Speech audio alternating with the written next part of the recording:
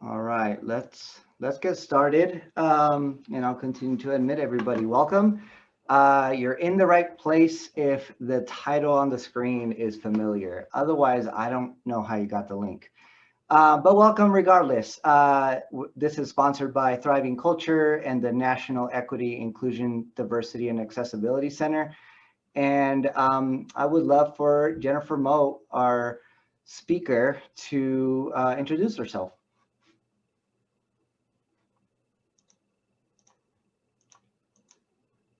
All right, so you can't unmute yourselves. Let me see.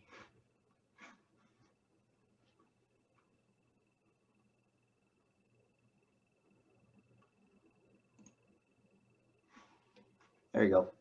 Okay, thank you. Hello, everybody. Good afternoon, good morning, wherever you are in the country. We're really excited to be together today. A little bit about my background. I have been involved in diversity, inclusion, equity, and access work for over 15 years. My background has significant experience in hiring teams and working with diversity, hiring, and employee engagement in IT, in Fortune 50 companies and in professional services. And then for the last 6 years, I've been partnering with Pablo doing training and development of leaders and individuals interested in understanding their own personal journey through CQ and also organizational journeys through CQ. Thanks, Jen. My name is Pablo Otaola. I've been in the multicultural work for about 20 years or even longer. As an immigrant, is part of my life, is part of my marriage. I am currently finishing a doctorate in inclusion, diversity, organizational change, and leadership this spring, which is pretty exciting for me. A lot of hard work there. And for the last 10 years, I've been doing nonprofit leadership in this work as well, and consulting in the last 6 years or so in different sectors. My specialty in my dissertation is organizational change and leadership in the tech space, companies 3,000 and larger. How do we actually create inclusion, diversity, and equity? That being said, a little bit about the agenda. We're going to go into personal identity development, racial identity development first, and we'll have a stop somewhere in the middle where we'll talk about what we're seeing and what we're hearing, a time of dialogue between you all in breakout rooms. And then we'll move into more of a systemic racial equity conversation. At the end, we will have an opportunity to do QA for the questions. Make sure you click on that link, or if you haven't, go to slido.com. The code is 73210, slido.com. The code is 73210. And you'll be able to ask questions there after you sign up for an account, and you'll be able to upvote other questions. That way, Jennifer Moe and I will be able to engage the top voted questions. Yet, please ask the questions, because I'm going to be creating with some colleagues of mine video answers to some of the questions that were asked but not addressed on this webinar. So first, just want to frame the whole conversation, the whole training. Our methodology is the science of cultural intelligence. It is defined as the capability to be effective in cross-cultural engagement. And mostly since 2003, specifically after 2010, what has been in the business world and the cultural engagement world has been personal cultural intelligence, which can be assessed through 4 factors: motivation, knowledge, strategy, and action. And I'm not going to go into it too much, but it's basically how culturally competent is an individual. Well, what we're also, part of our framework is how to take that cultural intelligence framework, and my dissertation is on organizational cultural intelligence, which that left circle is all under here in leadership. There's 2 other very important factors. What's the cultural value and cultural competency in the processes and routines that are developed by an organization or a people group? And what are the structural legal policies that are also developed? And those 2 filters, as you could see, are a large chunk of how to do this work well whether it's for the individuals, for people groups, or otherwise. So we'll be speaking CQ, culture, intelligence, language, or even when we don't directly speak it, that is the framework that we're working within.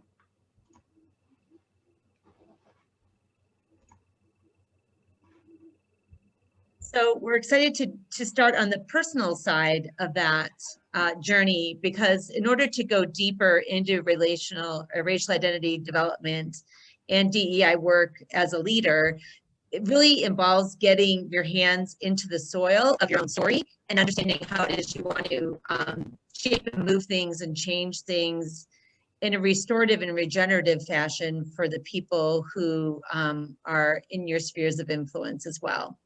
So that's why we always start with the personal side of things, because one of the things that's really important is thinking about your own thinking. And that's something that kind of agility is what we're asking of all of our leaders. Next slide.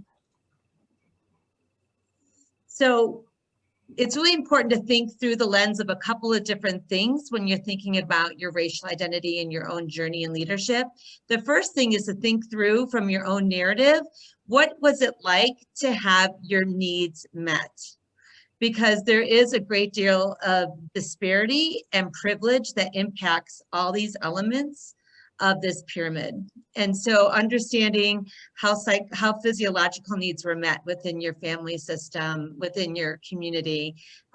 What did safety seem like and feel like for you within your home, within your school, within your neighborhood, within the political systems? When it came to love and belonging, how did it feel to go out into the world and to feel like you were connected and belonging? And then from there, you know, what was it like to build skills, to have your esteem be built and get to the point where if you set your heart and your mind to something, how easy was it for you to actually achieve those goals for your own self-actualization? So we're going to just talk about this at a very high level, but these are some data points we want you to be thinking about when it comes to understanding your lens and then the assumptions that you make that you think people may or may not share from their perspective. Next slide.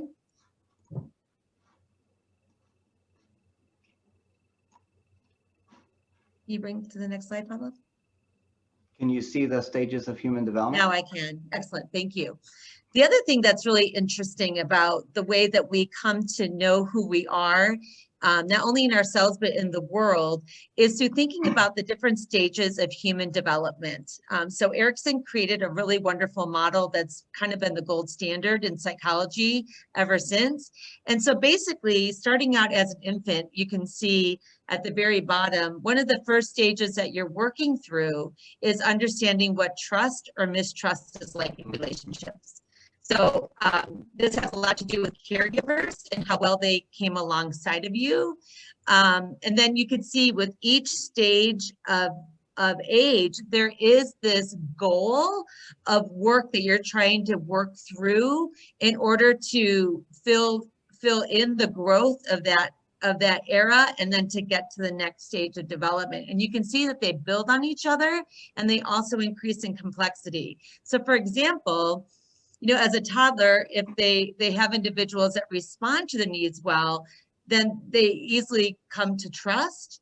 And then as they get into a toddler, the know myself stage, like no, me, myself, that's that autonomy you want to see with the child.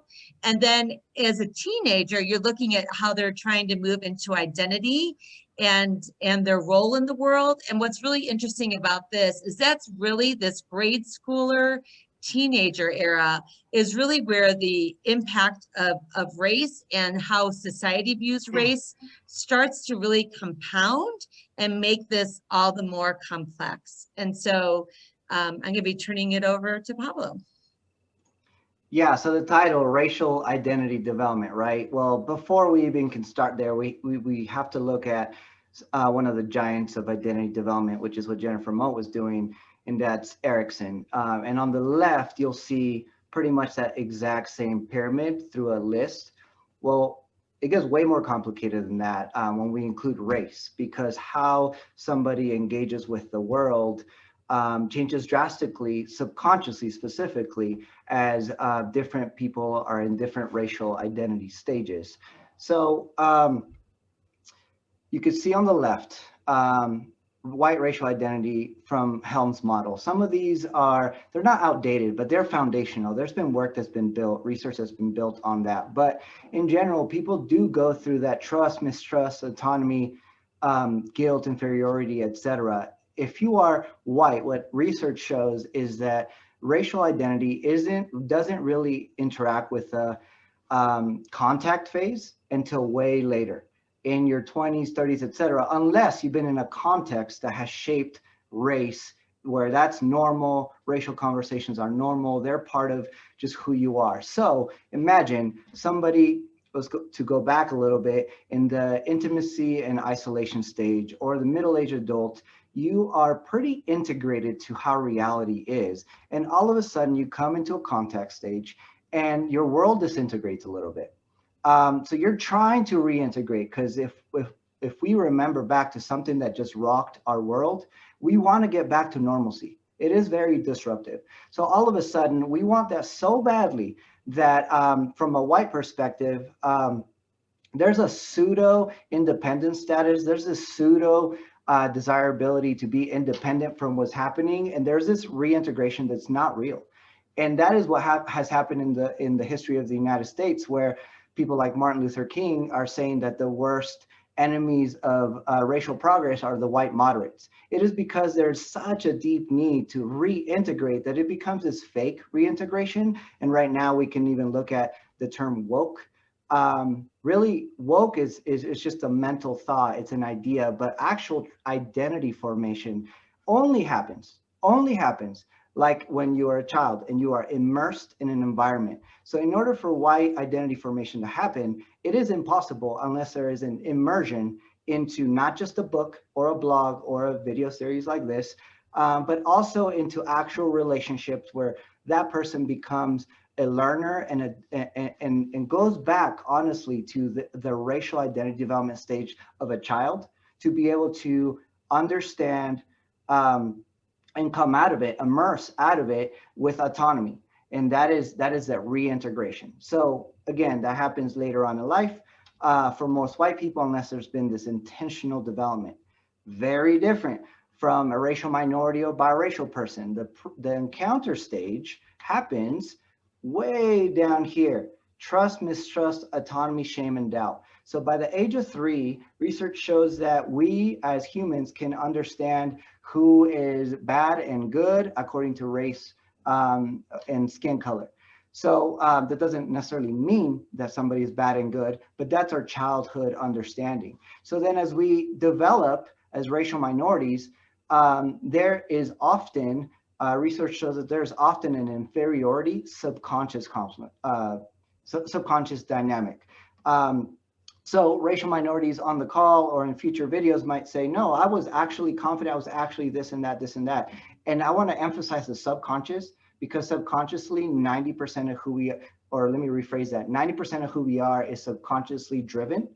And so the inferiority complex does actually happen subconsciously, and we don't understand it until we're trying to get out of it or progress. And all of a sudden we go back into fight, flight, or freeze. So our immersion as racial minorities are into this world that's not safe. Subconsciously, we understand, going back to Maslow's, that even though our physiological needs could be met, our safety needs of security, employment, resources, and health, there's actually very conscious conversation about you are not safe in racial minority households. Therefore, racial minorities' love and belonging, am I loved by this world? And do I belong in this world, is lower, creating lower self-esteem and a lack of full racial self-actualization. It is not impossible, it is just very hard.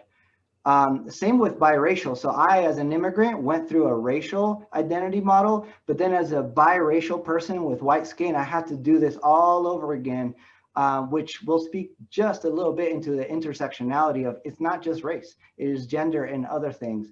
But I had a choice, the second level, of categorizing myself with someone. And I categorized myself with racial minorities because there was that belonging and that safety in a shared suffering in society. So there became an enmeshment of me to racial minorities and a denial of my own whiteness because of my skin.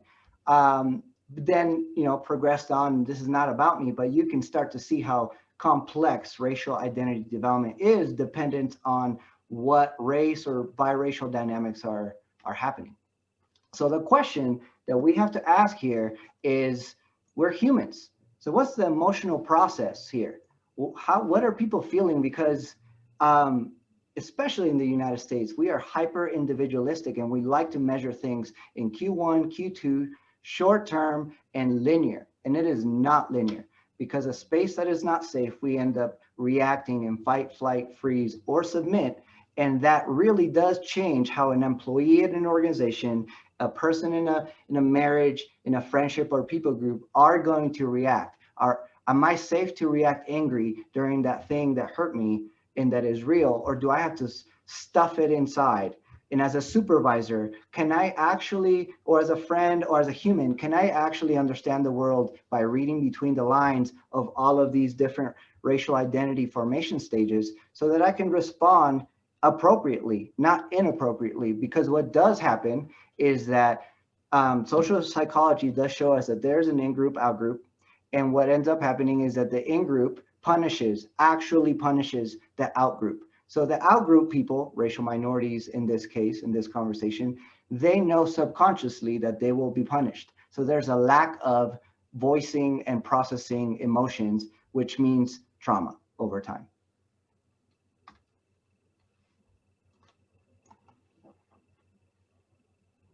So we're hoping you had the chance to go through the link that we sent you to take your ACE score. And the reason we want to start with this information is because one of the unifiers in this work, because it is such challenging work, it is such hard work to see something from someone else's narrative, from somebody else's point of view, naturally, just because of some biases that we have. What's helpful about ACE scores is that it's a unifying way to look at your own narrative and your own story, and to create empathy across lines. So the way that the adverse childhood experiences research even began was in California. Kaiser Permanente, which is a very large medical insurance company and also a provider of medical services, wanted to start to design and understand the correlation of what happens if you have adverse things happening to you in that developmental spectrum of really from infancy probably to about your teenage years, but they cap it at 18. And the research showed that just by talking about these handful of questions, that if your number became much higher than 3, there was an incredible significance and correlation to health. Pablo, can you go to the next slide? So the 3 types of adverse childhood experiences that were covered in this research come along these 3 different categories of abuse, which can be physical, emotional, and sexual, neglect, which is physical and emotional, and then overall household dysfunction. So they were looking at things like how was the female caregiver treated in the household? Was there any issues with mental illness? Was there death or divorce in the family, incarceration, substance abuse? And what they found was this incredible correlation to ways that people behave in response to that suffering and impact long-term on people's physical and mental health. So now you're starting to see how trauma, especially if you look at the American story of migration, immigration, slavery, if you look at the systemic trauma of that, you can see how ACE score falls, layers upon ACE score upon ACE score, and you can start to see how there's this systemic issue within people and individuals, and then also the negative bias that can happen where people then in turn judge you or judge people groups for the hard things that happened to you. But of course, this is how people would respond. So it becomes this really ugly cycle of judging a people group to say, why can't you raise yourself up by your bootstraps or other things like that? Like, this is the American dream. You work hard, you can get what you want to achieve. But reality is that there's systemic trauma, there's systemic injustice, and there's a lot of things that we have to do as leaders to reverse the suffering of people and to create equality and access. So in my narrative, go ahead and go to the next slide, Pablo. I realized intersectionality in my own race and ethnic journey began for me in 2nd grade. And that was at the funeral of my great-grandfather, who I adored. And I walk into this funeral, and everybody is wearing a yarmulke. The mirrors are covered, and my whole family is having to be quiet for 7 days. Well, I was raised culturally Catholic, but my whole father's side of the family is Jewish and very practicing Jewish up until my grandfather, because my great-grandfather suffered so much through anti-Semitism that he fled Europe in the early 1900s and lost 7 of his siblings in the camps. And so he was not going to, my grandfather did not want to lead with his Jewish ethnicity or his identity. And then because my mom is Swedish, I come out looking very blonde-haired and blue-eyed, kind of like the German ideal of what the Nazis were wanting. And yet, ironically, that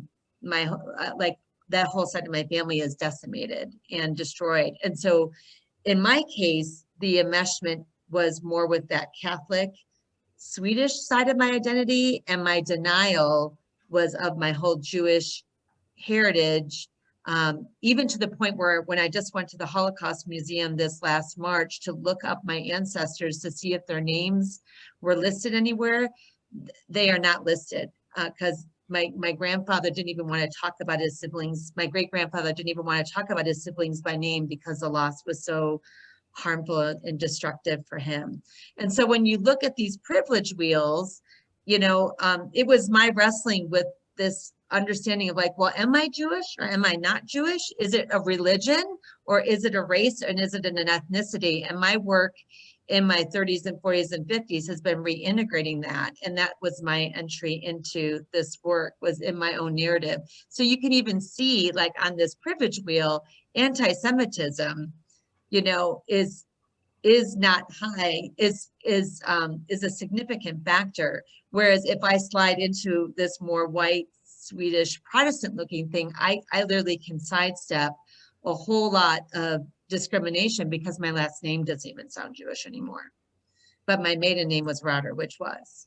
And so I think part of what we wanted to do when we talk about our ACE scores is also understand, how does the impact of privilege and these societal norms come into play? Because even your sexuality or the darkness or the lightness of your skin color, how attractive you're perceived versus unattractive, heterosexual versus LGBTQ. I mean, there's so many different ways that privilege falls on these spectrums. And between looking at our privilege wheel and looking at our ACE scores, those are ways that we can connect and relate to one another without having the exact same story. We can say, I can empathize. I can empathize with your suffering. I can't say I understand all of it, but because I'm somewhere on this privilege wheel and I have my own story and my own ACEs to work through, it's that shared understanding that allows us to get into this work and starting to relate to each other and to start building trust across racial and gender lines.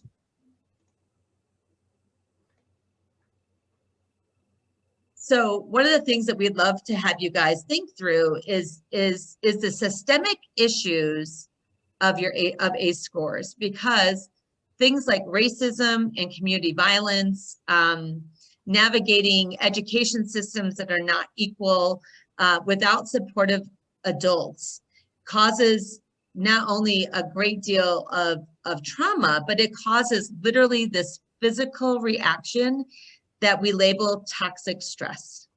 So when individuals are walking around with their fight, flight, or freeze constantly on without a source of comfort or care, they're literally in this exasperated, stuck, revved engine phase that is literally long lasting and creates incredible wear and tear, not only on the body, but on the brain and how we react to one another in conflict and how we react in stress.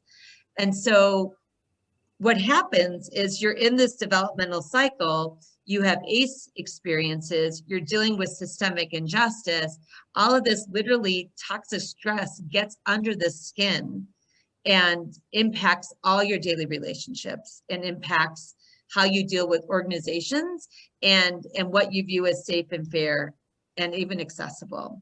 So we want to be able to spend some time in smaller groups getting into our stories a little bit and just sharing. Pablo, do you want to pull up that sentence, the screen? How have you experienced racial toxic stress or other forms of toxic stress? This is the discussion we want to get into, because if we have found in our work over the last 6-7 years that when we can dialogue successfully and safely around this topic, it really enables you to make greater strides organizationally as a leader and a caregiver of the people on your teams and in your spheres of influence. So we're going to break out now into smaller discussion groups. Yeah, Jennifer, just a quick change. As I press the breakout room button, it is not working for some reason. So here's what we're going to do instead. If you could just take 3 minutes and jot down somewhere, think about, ideally jot down on a piece of paper, how have you experienced racial toxic stress? And then what we were going to do after the breakout rooms was come back and have a general discussion. We will still do that. So we'll just do that for 3 minutes, and I will bring us back from that. So take a few minutes to jot down, how have you experienced racial toxic stress?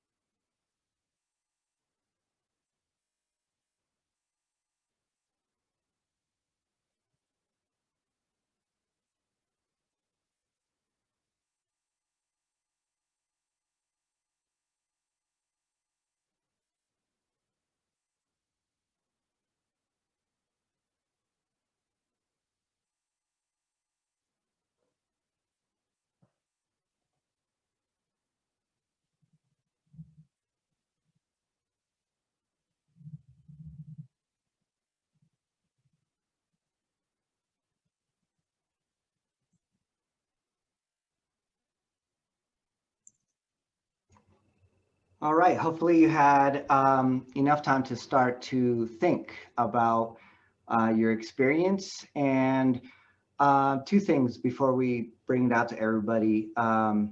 One is maybe you immediately jotted something down and you feel a certain way. Maybe your palms are sweaty, maybe you're breathing a little faster, maybe you're having that, you're reliving it a little more. So if that is you, take some deep breaths, ground yourself, and and repair a little bit within yourself. Maybe you didn't jot anything down. Maybe you said, I don't think I've ever experienced toxic racial stress. And maybe that brought confusion or shame or guilt or any sort of emotion. So check with yourself as well. And that'll allow us to start with reality. I've experienced it too much. I am angry. I'm confused. And that's really important. And what we're trying to do here is model a little bit of what it takes as an organizational leader to understand the real human lived experience when it comes to race, whether talked about or not. So, so yeah, if you have some burning question that you would like us to discuss in the next 10 minutes, go ahead and put it on the Q&A so they can start to be voted up, and we can start to engage in that way. I'm sure some of your questions overlap.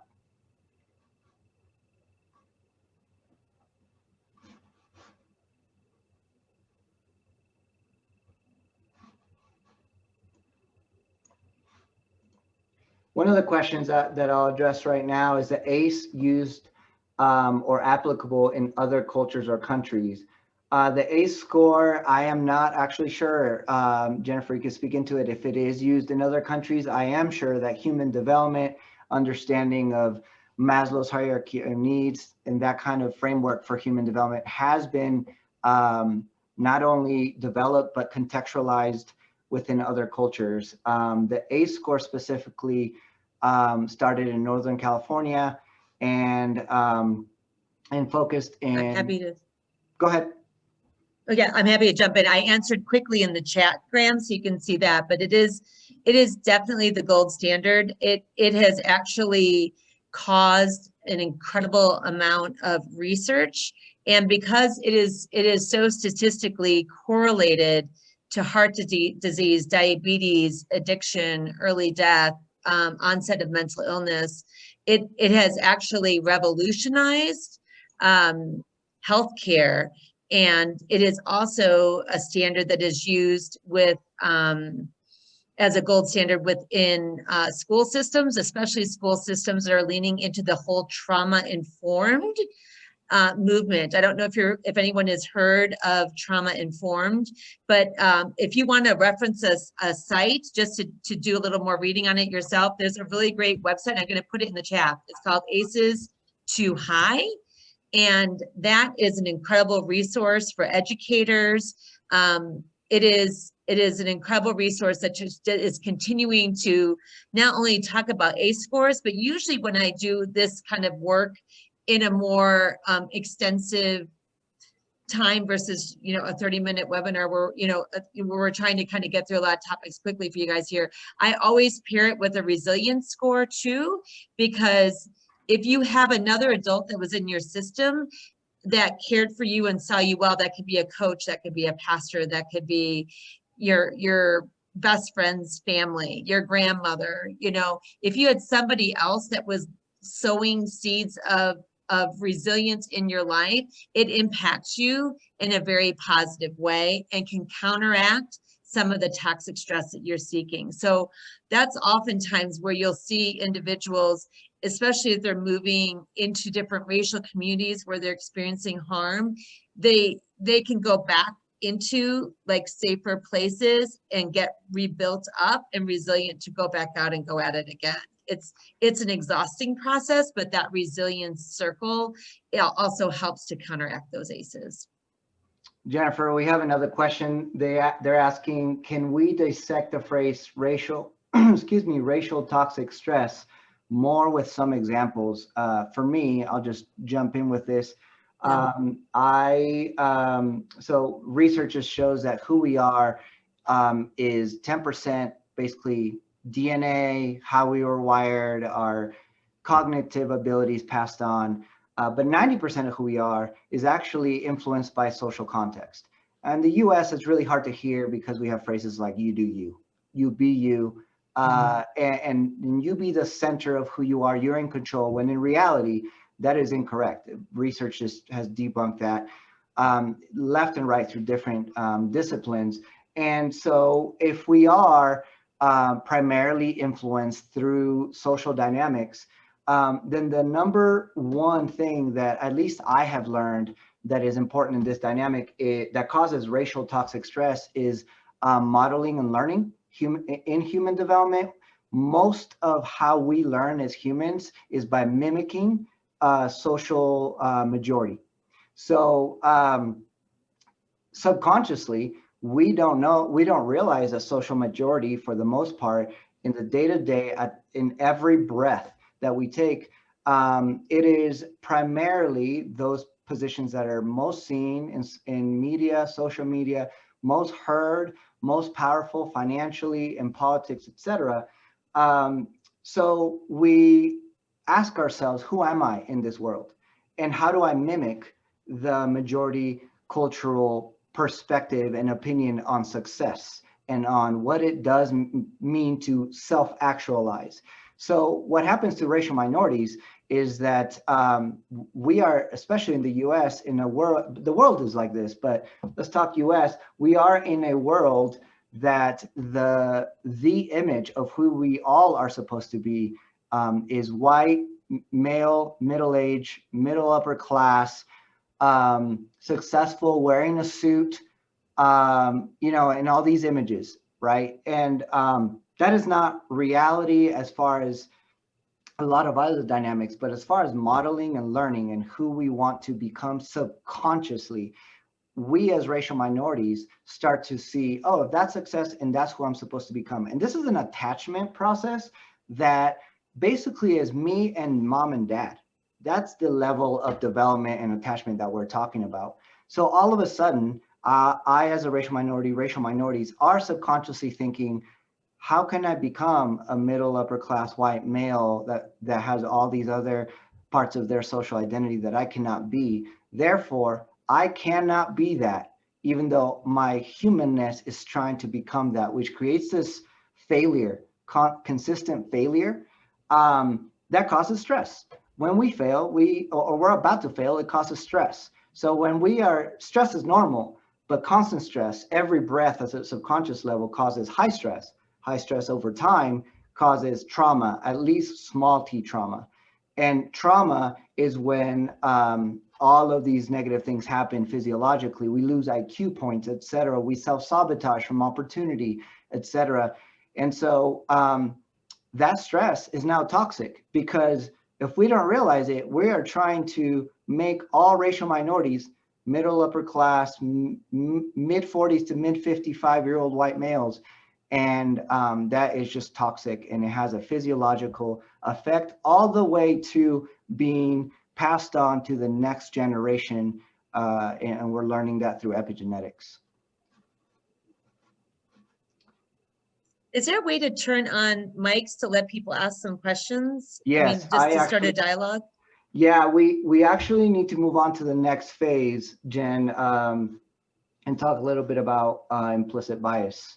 So okay, keep asking the questions, because we will make videos that address these questions specifically with this webinar. And if there is one that has a lot of votes, we will send that video over to you all.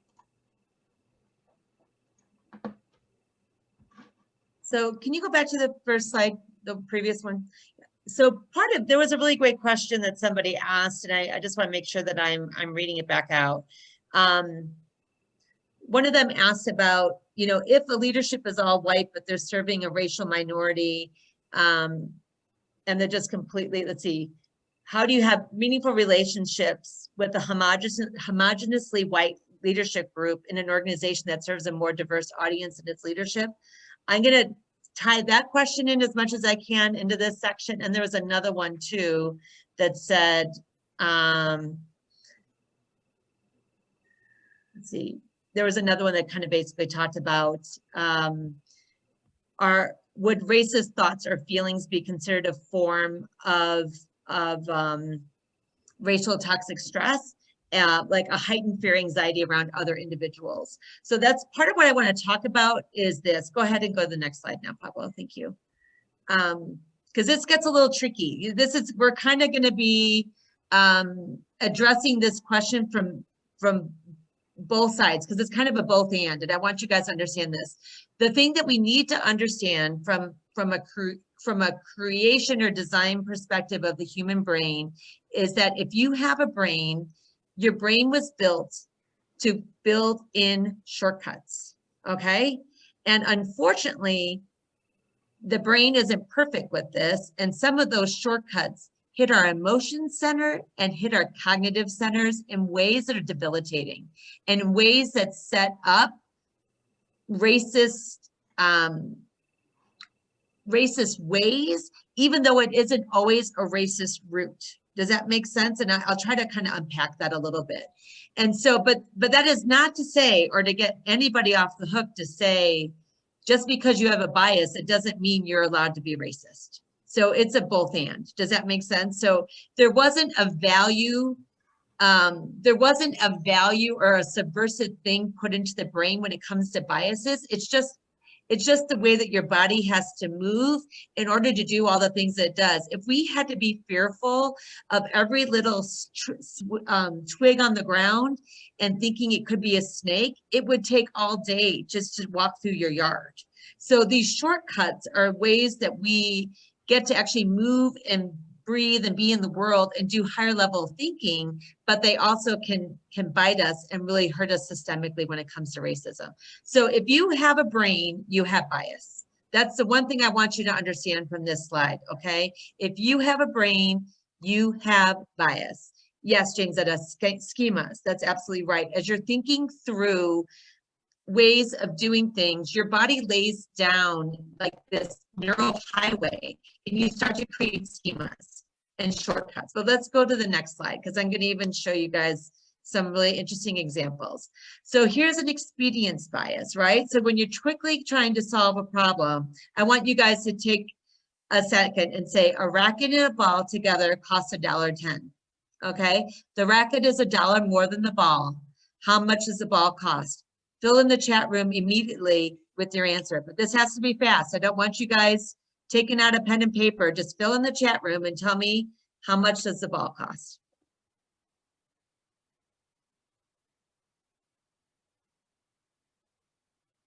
Okay.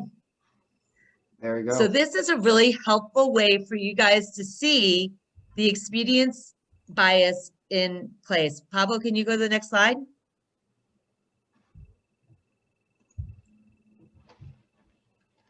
We assume it's 10 cents, but actually when you slow down and do the math, it's 5 cents.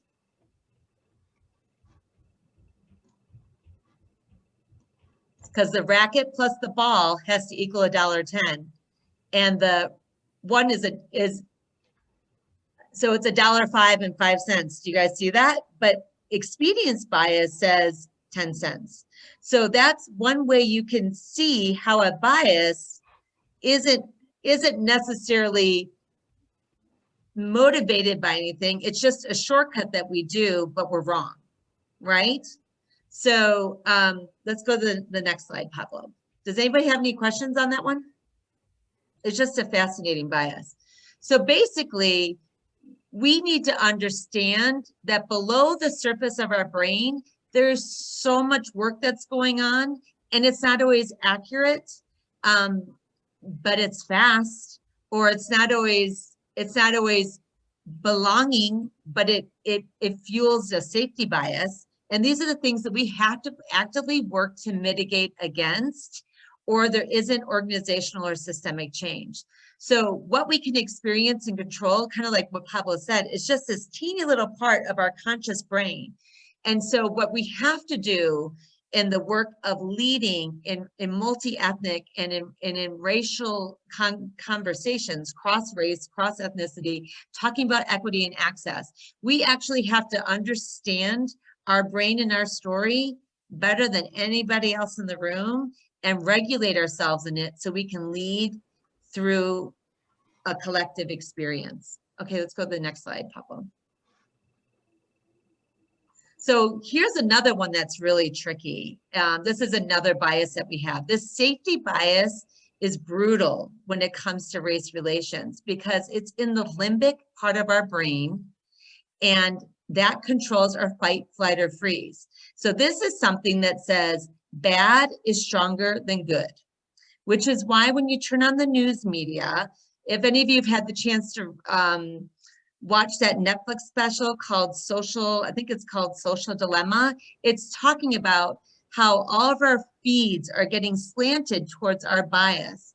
And everything in the media is tapping into fear, because fear keeps you coming back time and time and time again, because oddly, our brain believes that bad is stronger than good. So someone's going to pump us with fear, or say, or make us concerned about loss of status, right? That threat to our reward system is stronger than anything else. So threats will always beat rewards. And that's why it's really, really, really important that we fight hard against our safety bias. And I think this is the one of almost all of our biases that is the biggest one that we have to mitigate in order to do race relations and organizational equity access with influence and with sustainability. Because what happens is, if I don't understand someone's culture, or if I don't understand that someone's had toxic stress and their reaction is a little, in my mind, I'm going to judge it as being exaggerated, right? I'm not saying that's true. And even me saying that word, especially being a white woman, could be triggering as all get out to many people on this call. So I'm already kind of playing with some categories, and you're going to have a visceral reaction to it, right? But if all of a sudden what's being communicated through tone of voice, language, gestures, and expressions, if it isn't in the normative of the majority culture, then it's being judged as not good, but bad, and therefore not safe or right. And it's limbic. It's not even logical. So to be a good leader in this space, you have to let that first wave of emotion flush through your body, regulate, and say, I'm going to get to the good here, because I don't have to protect everything in order to be safe. Like, I believe in the mutual reward of all of us, and me seeing a reward for somebody else is not a threat. I believe that there is this larger, inclusive, more accessible society that we can create that doesn't push me down to raise somebody else up. There's enough seats at the table to go around for everybody. So this safety bias is a really significant one that we can impact later in another webinar to help you lead well in organizations. So that was all individual, that was all leadership, and leadership shapes culture. Leadership and power. Leaders with power shape policy, shape law, shape process, etc. So now we're going to very intentionally go to systemic interaction with race. So this slide could be a whole master's degree work for 2.5 years. So I'm going to give you 3 minutes. But here's the reality. We talked in the center about who we are. Then we got into a little bit of how bias gets into interpersonal and maybe even into some leadership decisions. That is what we talked about. Now there's this historical piece of how has that happened over history in this country or in other countries or in the world at large. And that's when you get into different bubbles here of financial systems, housing systems, criminal justice, public health, and education.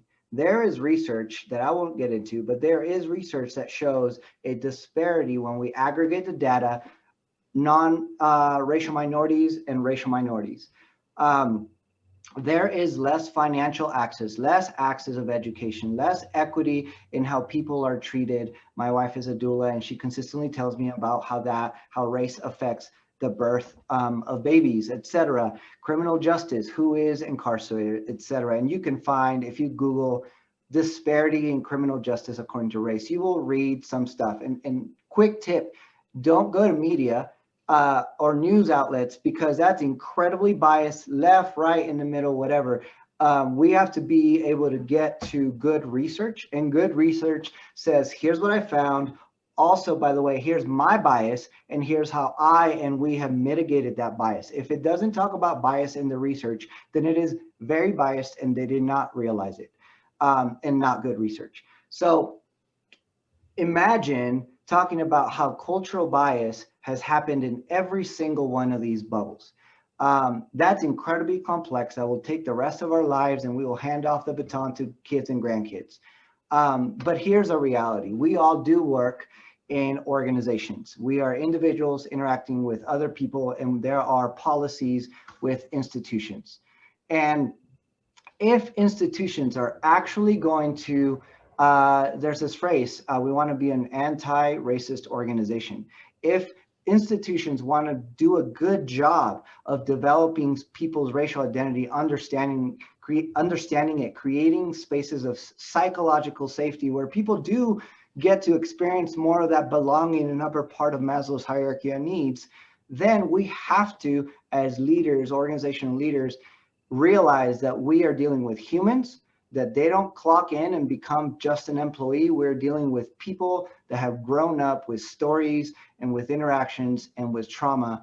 And if we are going to be anti-racist organizations, if we are going to seek racial equity, then organizations have got to interact with every one of those bubbles. And if you notice, there's a couple more.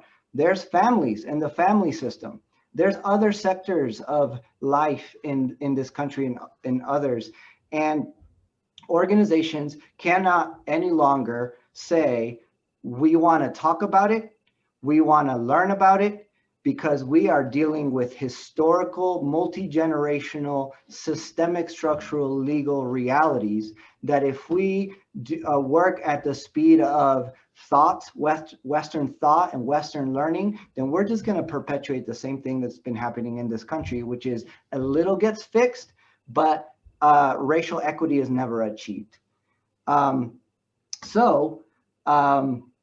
The challenge is really cultural bias, because the research is all out there. Then again, not only as a theory that the person that we're supposed to model is a white, middle-aged, successful male CEO, the data is that that's the people that lead this country and most countries. So there's a cultural filter that we all have in our bias. There's 10 cultural clusters in the world, 3 are white, 1 of those 3 is US-based white.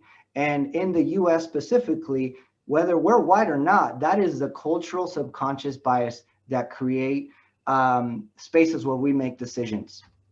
So this really matters on the left. Is a leader, regardless of race and gender, is a leader culturally intelligent, culturally inquisitive, understanding that their idea is not right. It is actually just a cultural preference. And if we approach it with everything is cultural, everything just about is cultural preference or approach through a cultural preference, then we can start to get into the right side, which is organizational cultural intelligence, where we start to analyze not just the leader, not just me and the book I gave to the other person and in the small group that we read a book. That's all individual based, but we can actually start to get into processes and what culture does that process or the other represent, and how does it create routines that limit access to people that are racial minorities, and structurally, because positions are created around a cultural value, especially in the US, is very individualistic. So you're going to see this. And if this is this organizational structure, then as soon as racial equity happens, there needs to be an empowerment with new positions that are appropriate for that organization, that changes the structure, new job descriptions, money gone from here, which was a cultural value, where we limit that by 50% and we put it over here. That all needs to be assessed. And if it is not assessed, then racial equity will not be achieved. So racial equity is achieved when every aspect of culture and society is assessed and developed.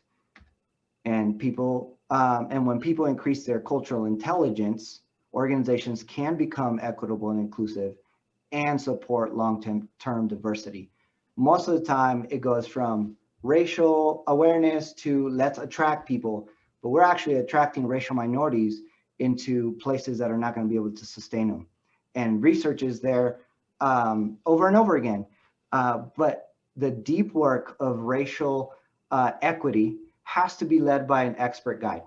And that's part of the problem, is we usually rely on, quite honestly, white people's identity of what racial minority toxic stress is like, and white people that are in leadership end up leading the wrong way or causing more racial stress because the racial minority ends up saying, I knew that by my lived experience. I could have told you not to put the hand on the fire. Now you messed up. But then also there's a empathetic part that we have to have for white leaders that don't know how to do this, yet are in the position of leadership, and have to make decisions. However, the first decision is definitely learn that you don't know enough, and you will learn too slow to cause permanent equity.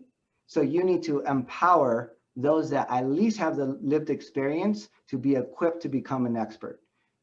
If this work is not guided by expert guides, then it will actually perpetuate the lack of racial equity.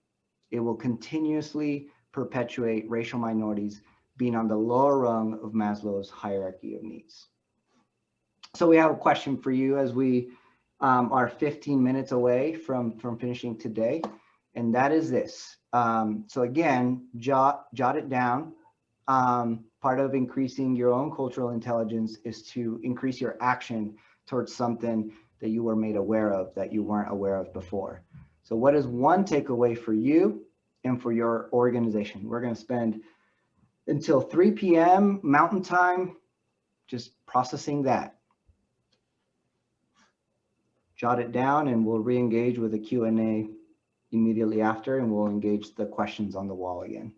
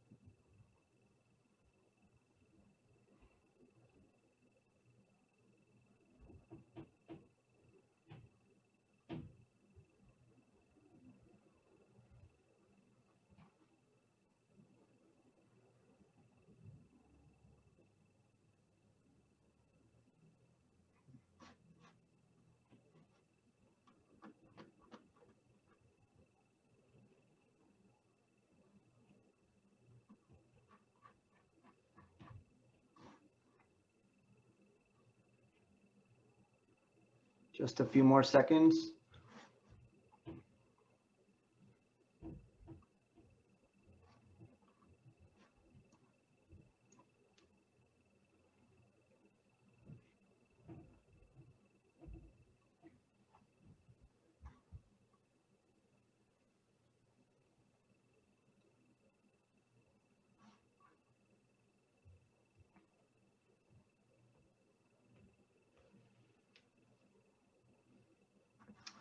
All right, Jen, one of the questions at the top that we have not addressed, would love for you to speak into it, is how do you have meaningful conversations with a homogeneously white leadership group in an organization that serves a more diverse audience than its leadership?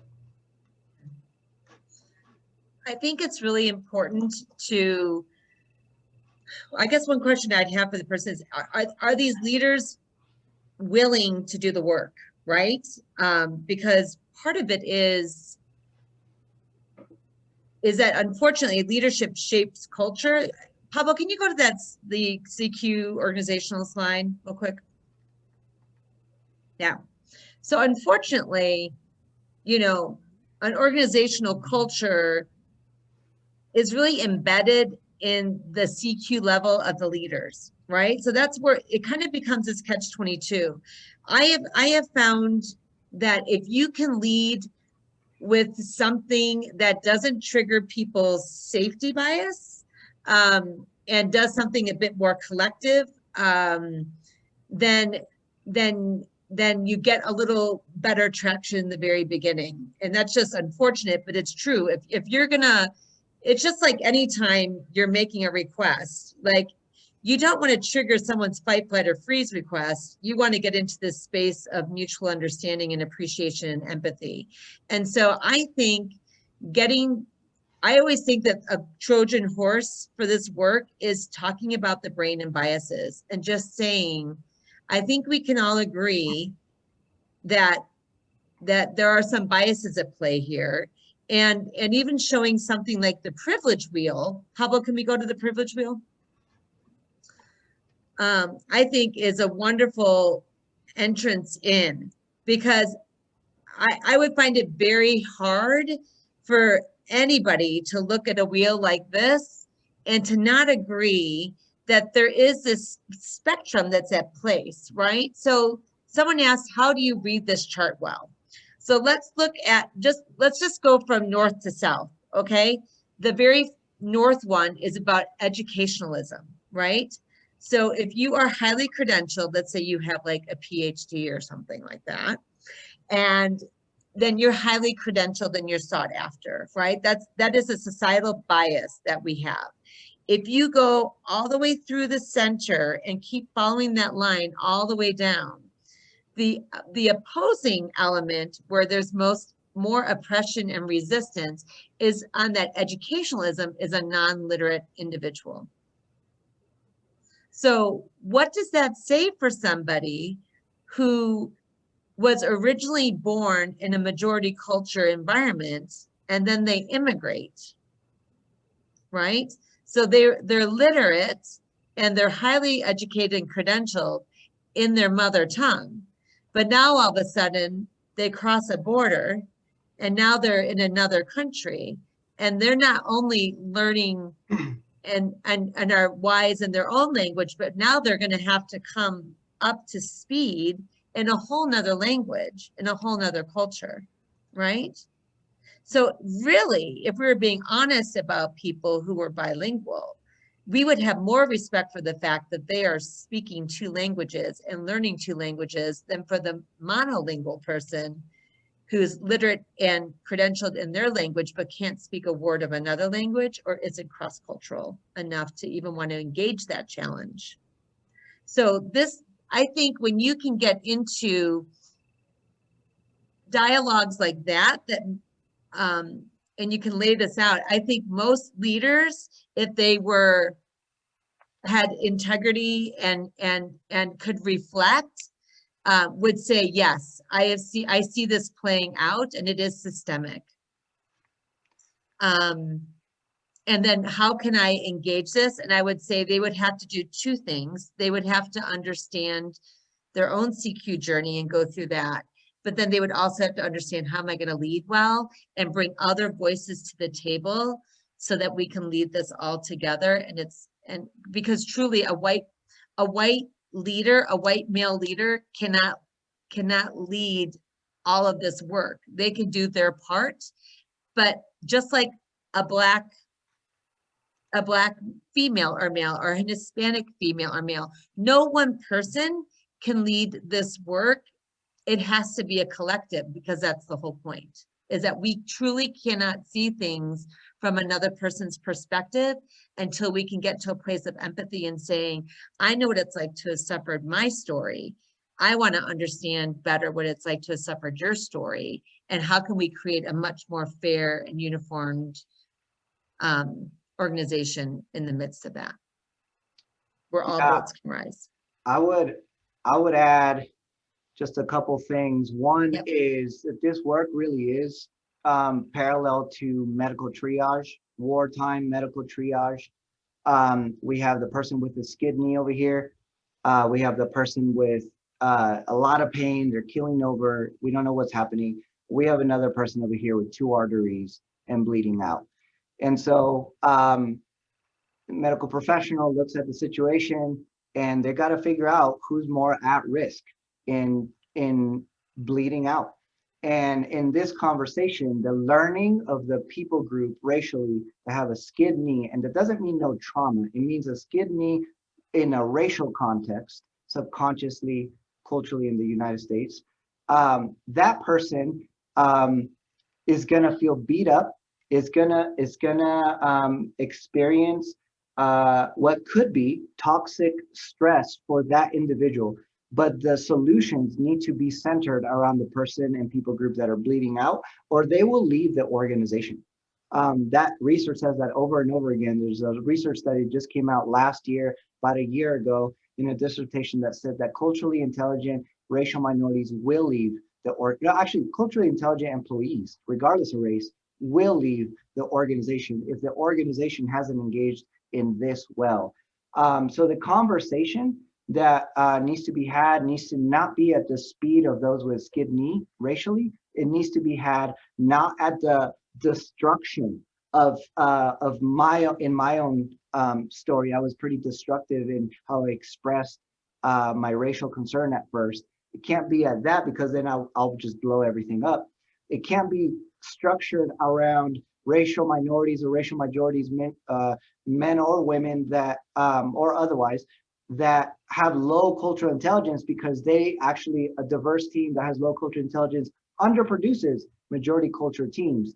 So it has to be structured around people, again, that can't do two things at once, that are highly culturally intelligent and are experts in how to guide this change. Because you can imagine, whether it's a family, a small nonprofit, or a large business, the process of organizational change is incredibly complex when you take into account everything we have said and other frameworks that we use in this work.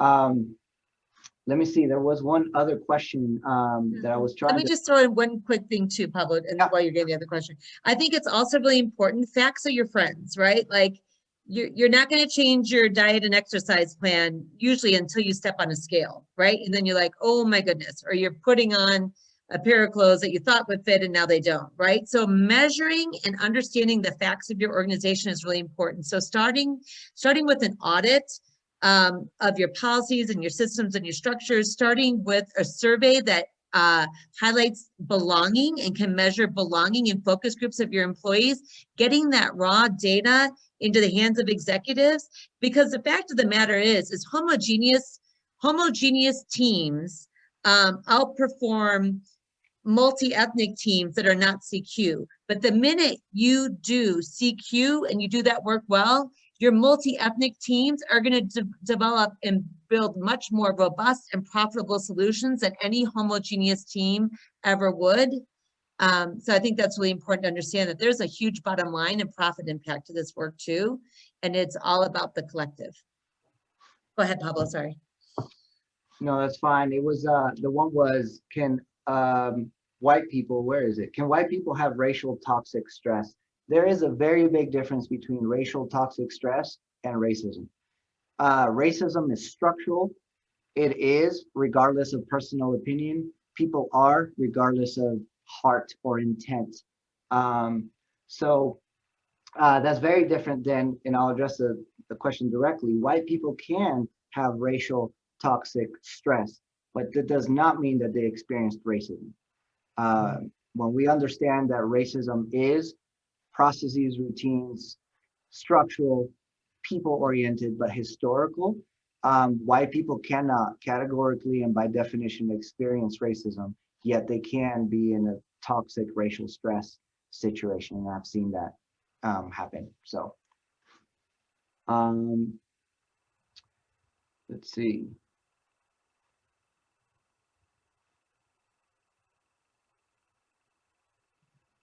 Would racist thoughts or feelings be considered a form of racial toxic stress, aka heightened fear, anxiety around an other individual?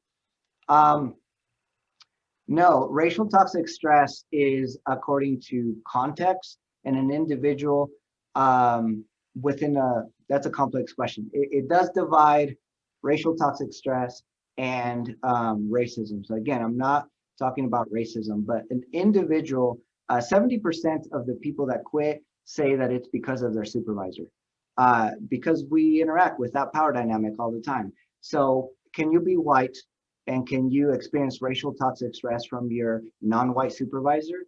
Yeah, because that person can be have low cultural intelligence and try to conform you, the white person, into their black, brown, or otherwise culture, and that's oppressive, that's hurtful as well. That is stress, and that is racial toxic stress over time, and why people leave the jobs. However, I will add on my own that if someone that is a racial minority has a racial majority boss, they can experience discrimination, they can experience racial microaggressions, et cetera, et cetera. They don't need to be experiencing from their boss racial stress to be in toxic racial stress in a white supremacy racist society, because societies are made of all those bubbles in the other slide that could be causing racial toxic stress. All right, I'm gonna look back at the questions. Yeah, I wanted to answer, Julie, you put a question in the chat about white people doing their work and allyship, and yet not necessarily asking your friends or colleagues of color to be the one that you're kind of doing all that work against in your own learning. I think if there's a gift in all the things that have happened this last year, I think there are so many podcasts and resources now where, yes, white people need to go and have to go to do their work. And I'm going to say there does come a point, though, where that structural and organizational work has to be done in the collective. But I think a lot of that, like taking the scales off your eyes or saying I didn't know, or weeping about the work and getting all emotional and kind of that white fragility piece, that part has to get worked out elsewhere, and not on the behalf of those who are bleeding out from the structures that you're standing on top of, and you're like, why are you having a hard time breathing? So it's kind of a both and is what I would say. But Yeah. but if it is white people in power at the top, which I would say 99.9% of the time it is, they definitely have to be engaging their work. But it is going to take this collective team of sharp professionals who are committed and called to doing the CQ work on behalf of everybody structurally and organizationally. Yeah, I do want to emphasize that the latest research in this space is, if it's not guided by an expert, regardless of race, that is guiding an expert team that has been equipped and trained up with the right research-based methodologies and evidence-based solutions, then it won't work. It just won't work. So a lot of what's actually happening is good intentions, good blogs, good books that are not research-based and is guiding people the wrong direction. And that doesn't matter if the author is white or not. So that is a part of what we do and part of our services. You will have that. Well, it's on both sides, both websites. Certifications, training series will continue to have training here on what it takes. The next one is on December 15th.